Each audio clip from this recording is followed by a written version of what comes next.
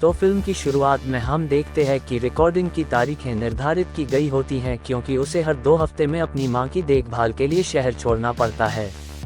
हालांकि हार्वे, जो अपनी नई स्टार के प्रति पागल है, किसी भी असुविधा का सामना करने के लिए दृढ़ है ताकि वह स्टूडियो में उपस्थित रह सके। जब वह घर लौटती है तो उसे लंबे समय बाद ध्यान मिलने लगता है। अगले 6 दिन वह अपने स्थिरीकरण का प्रबंधन करती है और दर्जनों फोटोशूट का आनंद लेती है, अपने निर्दोष रूप की तस्वीरें हर जगह साझा करती है। हम देखते हैं कि अपने व्यस्त सप्ताह के बावजूद वह मैट्रिक्स की आवश्यकताओं की अनदेखी नहीं करती। वह सावधानीपूर्वक जीवनी की योजना बनाती है और अपनी नई युवा अवस्था का आनंद लेती है।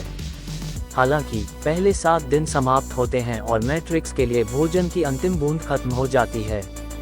उस क्षण सू एलिजाबेथ के शरीर के पास आती है ताकि उनके बीच आईवीएस को जोड़ा जा सके। जब पुराने एलिजाबेथ का खून उसके सिस्टम में प्रवेश करता है तो सू अचानक बेहोश हो जाती है। कुछ क्षण बाद सामान्य संस्करण अपने अजीब कोमा से जागती है, अपने ऊपर एक बेहोश युवा महिला का वजन महसूस करते हुए। वह अपने परिपूर्ण संस्करण को देखकर अपनी जिंदगी जारी रखने का फैसला करती है, भले ही वह जानती है कि सामान्य होना अब अतीत की बात है। उस सुबह एलिजाबेथ रिकॉर्डिंग सेट पर जाती है, जहां हार्वे ने हॉलवे से उसके सभी फोटो हटा दिए हैं। जब वह उसे देखता है तो वह मुस्कुराते हुए उसकी ओर बढ़ता है और कहता है कि वह उसे एक पे खरीदने के लिए इंतजार कर रहा है। हालांकि उत्सव के बजाय वह उसे उसके सामान का एक बक्सा देता है, ये बताते हुए कि टीम ने उसे विदाई का उपहार दिया है। हार्वे के शब्दों में कोई खुशी नहीं होती और थोड़े समय बाद वह उसे अलविदा कहकर चला जाता है। घर लौटते समय सू की लाइफलेस बॉडी अभी भी ठंडे बाथरूम के फर्श पर पड़ी है। एलिजाबेथ अपने अन्य संस्करण के साथ शरीर बदलने के दिनों को सावधानीपूर्वक नोट करने लगती है, ये ट्रैक करते हुए कि कौन से दिन किसका है।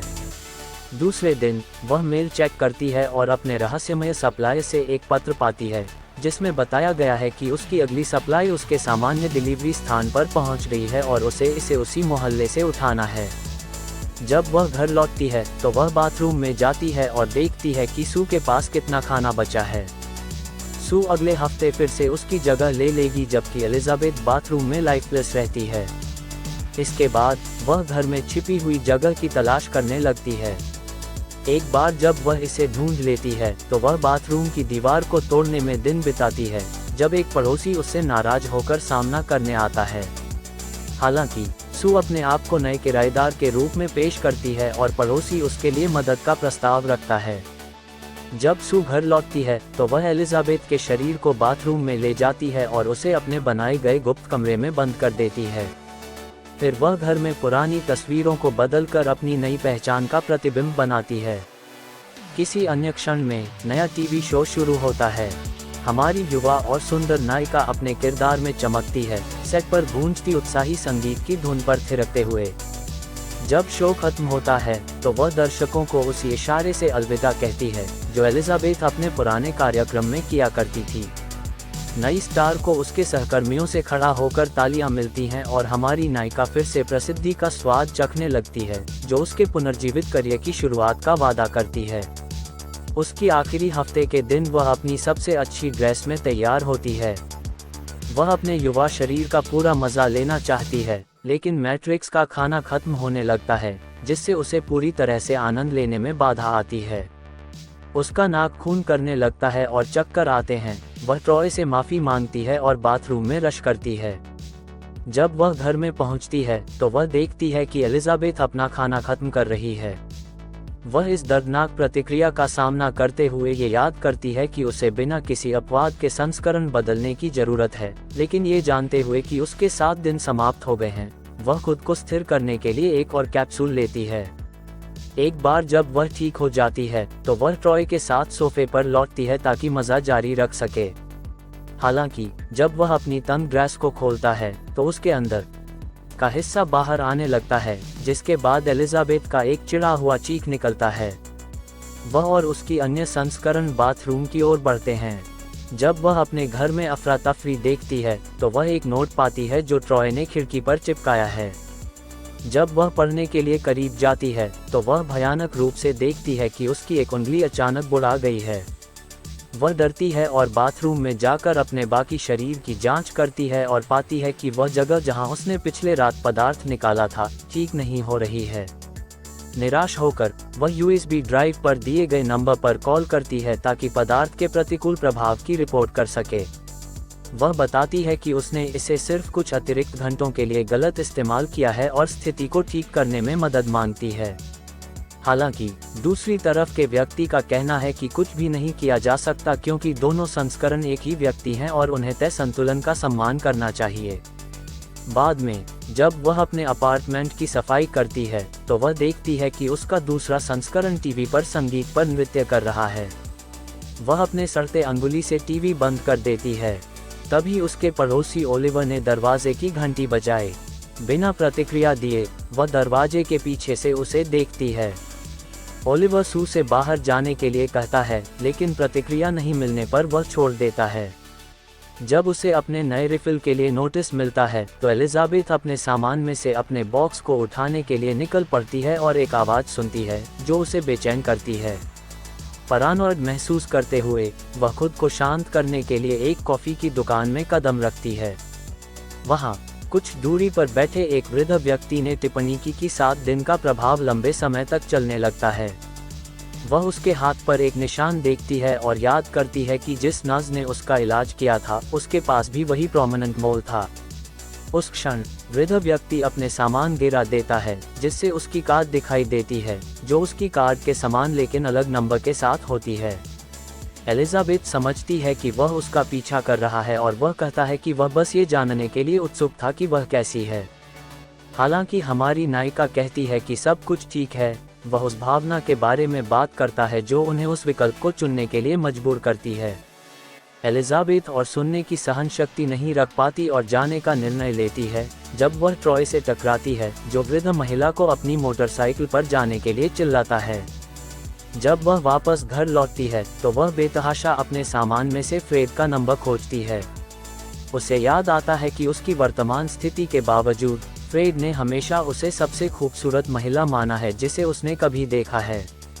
वह उसे कॉल करने का निर्णय लेती है और बताती है कि वह हाल ही में बहुत व्यस्त रही है और वे उसी रात एक रेस्तरां में मिलने का समय तय करते हैं। एलिजाबेथ अपनी सबसे शानदार ड्रेस पहनती है और जब दरवाज़ा बंद करने वाली होती है तो उसकी नज़र सू के होठों पर पड़ती है जो और अधिक चमकदार लगते हैं। वह फिर से आईने के पास जाकर अपना मेकअप ठीक करने लौटती है, लेकिन सू की छवि उसे तड़पाती है। ये याद दिलाती है कि उसके सुनहरे दिन लंबे। सू को हरवी के साथ काम करने में परेशानी होती है क्योंकि उसे हर 2 हफ्ते अपने बीमार मां की देखभाल के लिए शहर छोड़ना पड़ता है। लेकिन हरवी, जो अपनी नई स्टार को लेकर जुनूनी है, हर संभव प्रयास करता है ताकि सू स्टूडियो में उपस्थित रह सके। सू अपनी नवीनीकृत सुंदरता का आनंद लेती है और हर जगह अपनी फ्लॉलेस तस्वीरें साझा करती है। जैसे ही 7 दिन खत्म होते हैं, सू को एहसास होता है कि उसे अपनी पुरानी पहचान को बनाए रखने के लिए एलिजाबेथ के शरीर से रक्त को जोड़ना होगा। जब सू रक्त को अपनी प्रणाली में लेती है तो वह अचानक बेहोश हो जाती है। थोड़ी देर बाद एलिजाबेथ जागती है और अपनी नई स्थिति को समझती है। एलिजाबेथ रिकॉर्डिंग सेट पर जाती है, लेकिन हरवी उसे उसकी चीज़ों के साथ विदाई का उपहार देता है। घर लौटने पर वह सू के मृत शरीर को देखती है और दिनों को ट्रैक करना शुरू करती है। एक पत्र से उसे सू की अगले सप्लाई की जानकारी मिलती है। एक पड़ोसी की मदद से सू एलिजाबेथ के शरीर को एक छिपे हुए कमरे में रख देती है और अपनी नई पहचान के अनुरूप घर की तस्वीरें बदल देती है। उसका नया टीवी शो सफल होता है, लेकिन जैसे जैसे सप्ताह खत्म होता है, सू को अपने शरीर में परिवर्तन का अनुभव होता है। एक बार जब सू को एक लापरवाह खाने की आदत के बारे में शिकायत करने की जरूरत होती है, तो ऑपरेटर उसे बताता है कि वे दोनों एक ही व्यक्ति हैं। सू को पता चलता है कि उसकी स्थिति बिगड़ रही है, लेकिन फिर भी उसे हर बार एलिजाबेथ से मुकाबला करना पड़ता है। सू को पता चलता है कि उसकी स्थिति बिगड़ रही है। फिल्मांकन के दौरान वह अपने शरीर में एक अजीब बदलाव महसूस करती है। जब शो का निर्देशक उसे रिटेक के लिए बुलाता है तो सू घबराती है और सेट से बाहर भाग जाती है। उसे अपने शरीर में एक अजीब गांठ मिलती है जिसे वह अपने पेट तक खींचती है, जिससे एक बड़ा चिकन लेग बाहर आता है। वह इस पर गुस्से में आकर एलिजाबेथ की खराब खाने की आदतों की शिकायत करने के लिए वही नंबर डायल करती है, लेकिन ऑपरेटर उसे बताता है कि दोनों एक ही व्यक्ति हैं। जब सू अगले दिन सेट पर लौटती है तो उसे बताया जाता है कि सुबह का शो रद्द कर दिया गया है। हार्वी सू से मिलने की मांग करता है, जिससे उसकी स्थिति और भी जटिल हो जाती है। सू को महसूस होता है कि उसकी सुंदरता और पहचान दोनों खतरे में हैं। हर दिन सू को अपनी नई पहचान को बनाए रखने के लिए संघर्ष करना पड़ता है। एलिजाबेथ के साथ उसकी लगातार लड़ाई उसके मानसिक और शारीरिक स्वास्थ्य पर भारी पड़ने लगती है। जैसे जैसे समय बीतता है, सू को अपने पिछले रूप में वापस लौटने की चिंता सताने लगती है। सू को अपने लिए एक महत्वपूर्ण निर्णय लेना होता है। क्या वह एलिजाबेथ के शरीर को फिर से पूरी तरह से अपनाएगी या अपनी पहचान को बचाने के लिए किसी और रास्ते का चयन करेगी?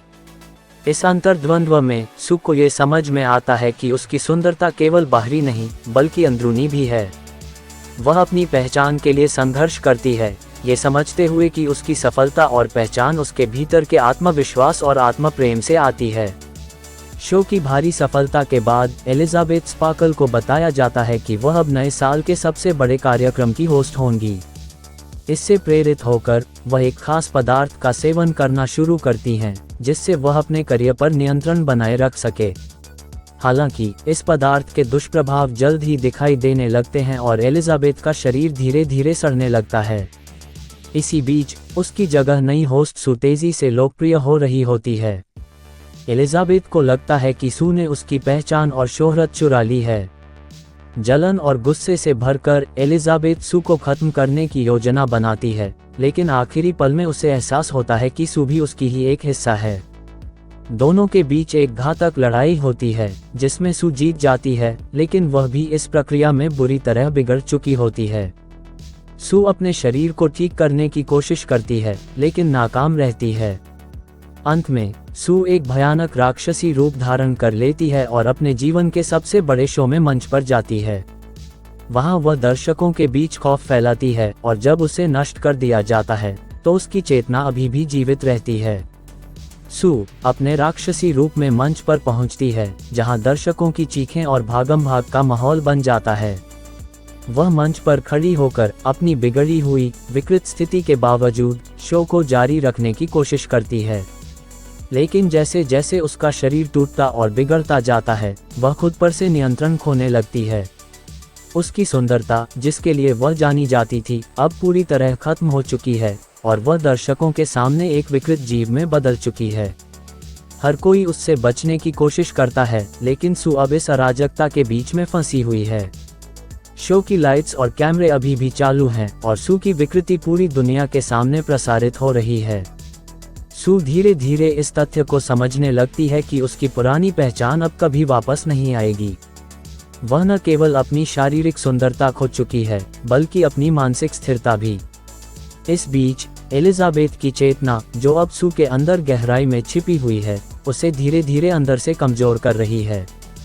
सू की हर हरकत पर उसका असर दिखने लगता है।